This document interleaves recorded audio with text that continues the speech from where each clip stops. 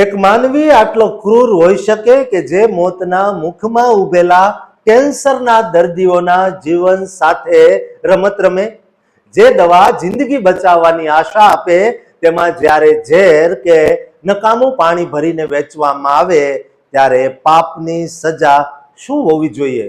અમેરિકાની ધરતી પર પકડાયેલા એક ભારતીય વ્યક્તિની એવી કાળી કરતૂત જેણે માનવતાને શર્મસાર કરી દીધી છે અને હજારો કિલોમીટર દૂર બેસીને કેવી રીતે મોતનો સામાન અમેરિકા મોકલવાનું ષડયંત્ર રચાયું તેની વાત સત્ય જાણવા માટે આ વિડીયોને અંત સુધી દોસ્તો જોતા રહેજો, કારણ કે આ માત્ર સમાચાર નથી પણ લાલચમાં અંધ બનેલા એક હેવાનની જેલના સળિયા પાછળ પહોંચવાની પૂરી દાસ્તાન છે.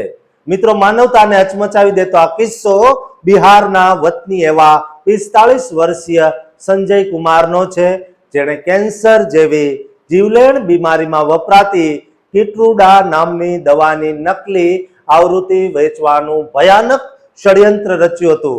આ કિટરુડા દવા મેલોનોમા, ફેફસા અને બ્રેસ્ટ કેન્સર જેવા ગંભીર રોગોમાં ઇમ્યુનોથેરાપી તરીકે વપરાય છે.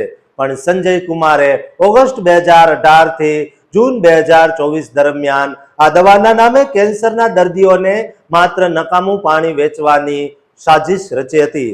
અમેરિકાની હોમલેન્ડ સિક્યુરિટી ઇન્વેસ્ટિગેશન્સ અને FDA ના અધિકારીઓએ જ્યારે અંડરકવર ઓપરેશન હાથ ધર્યું ત્યારે આ આખું કૌભાંડ બહાર આવ્યું હતું.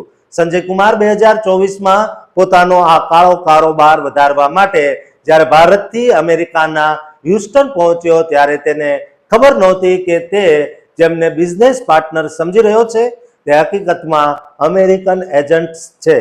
આ ઓપરેશન દરમિયાન સંજય કુમારે પોતે જ કબૂલાત કરી કે આ દવા તો માત્ર પાણી જેવી અસરહીન છે અને કેન્સરમાં કામ નહીં કરે.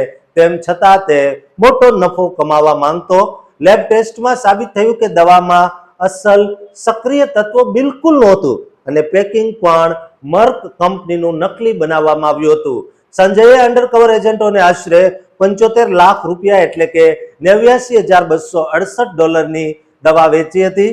26 જૂન 2024ના રોજ હ્યુસ્ટન ટેક્સાસમાં તેની ધરપકડ કરવામાં આવી અને 30 ઓક્ટોબર 2025ના રોજ તેણે કોર્ટમાં પોતાનો ગુનો કબૂલી લીધો. 5 માર્ચ 2026ના રોજ યુએસ ડિસ્ટ્રિક્ટ જજ લી એચ રોસેનથલ દ્વારા તેને આખરી સજા ફટકારવામાં આવી, જેમાં સંજય કુમારને 43 મહિના એટલે કે અંદાજે 3.5 વર્ષની જેલની સજા, 1 વર્ષની કડક નિગરાની એટલે કે સુપરવાઇઝડ રિલીઝ અને આશરે 50 લાખ રૂપિયા એટલે કે $58,823 નો દંડ ફટકારવામાં આવ્યો. જજની ટિપ્પણીએ આખા અમેરિકામાં ચર્ચા જગાવી છે, જેમાં તેમણે કહ્યું કે આ માણસે કેન્સરના દર્દીઓની જિંદગી વધારવાની ખોટી આશા આપીને કચરો એટલે કે જંક વેચ્યો છે, જે અત્યંત ક્રૂર અને અક્ષમ્ય અપરાધ છે. જો કે આ કેસમાં કોઈ સામાન્ય અમેરિકન દર્દી ભોગ બને તે પહેલા જ તપાસ એજન્સીઓએ તેને ઝડપી લીધો. પણ આ કિસ્સો સાબિત કરે છે કે પૈસાની ભૂખ માણસને કેટલી હદે નીચે પાડી શકે.